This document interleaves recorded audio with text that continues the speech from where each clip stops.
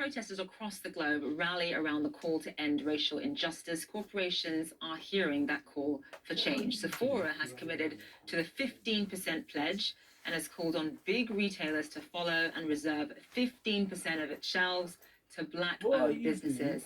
Adidas says that it will fill 30% of its new positions in the US with Black and Latino applicants. And shipping giant UPS will donate more than $3 million to programs supporting African American communities. It will also step up its unconscious bias training for its workforce. Joining me now is Kevin Warren. He is the Chief Marketing Officer for UPS. Kevin, thank you so much for being with us. So just give us a sort of global overview of what you think corporate America's role is in addressing income inequality in this country.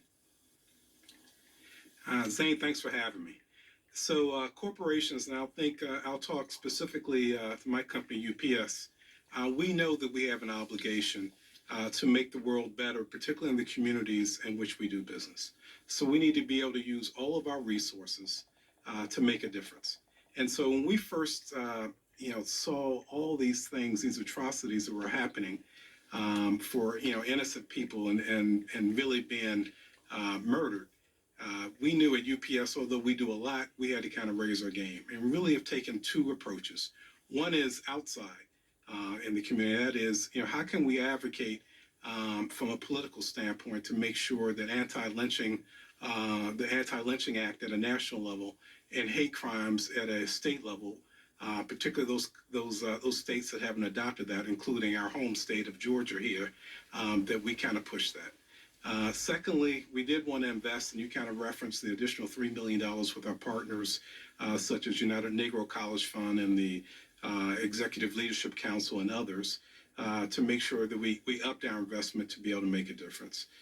Thirdly, we wanted to ensure that we just weren't writing a checkbook, that we wanted to make sure that our employees were engaged in the community. So we pledged 1 million employee hours in communities and Black communities that were affected to be able to make a difference as well. So that was really kind of our, we wanted to take this heartbreak that we had, to then change to anger, to then change that to action. I do want to touch on the $3 million you mentioned, because it is going towards anti-racism groups, civil rights groups, so the NAACP, National Urban League, colleges like Morehouse and Spelman. $3 million, obviously a nice gesture, but from a practical perspective, how much of a difference do you really think that's going to make?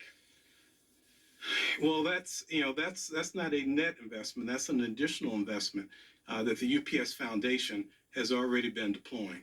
So, this was, we kind of took an inventory as to what we were doing because this is one of our values.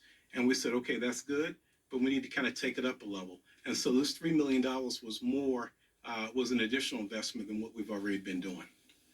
And in terms of the unconscious bias training, you're educating your staff on racism. Just walk us through what that would actually look like, just in terms of how you're going to be educating your staff. Yeah, so, not only do we want to make a difference externally, we're also looking internally. And, this is, diversity and inclusion is one of our core values of our company. I know a lot of companies might say that, but when you look at the top 11 executives inside of our corporation, over half of them are diverse, including 3 African Americans, Hispanic American, and 3 women, including our CEO, Carol Tomei. So, we're starting from a foundation of this is something that's important, but we know it's not enough. And so we said, okay, let's take this as an opportunity to engage our employees, to be able to have crucial conversations, to kind of raise awareness, and maybe raise awareness by, some of our white colleagues that may be doing things they're not aware of that could come across and actually be unfair. So that's some training that we're going to undertake to make our company even better.